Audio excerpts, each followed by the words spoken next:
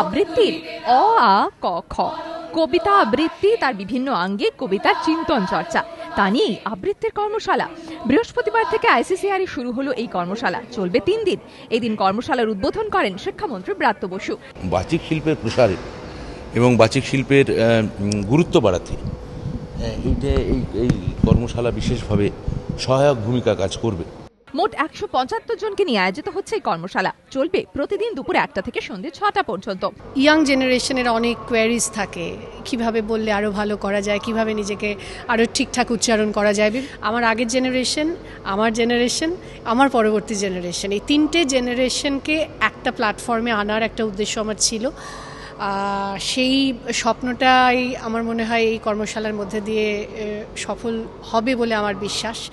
পার্থ ঘোষ, গৌরী ঘোষ থেকে শুরু করে জগন্নাথ বসু, উর্মিমালা বসু অনেকেই উপস্থিত ছিলেন সেই অনুষ্ঠানে।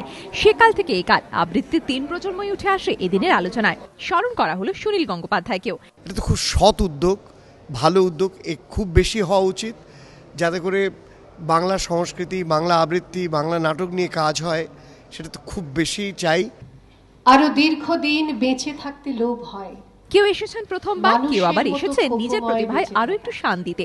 বৃহস্পতিবার অন্যরকম এক অনুষ্ঠানের সাক্ষী রইল এই শহর। আমি অমরত্ব তাচ্ছি। রুমা পাল, এবিপি আনন্দ, কলকাতা।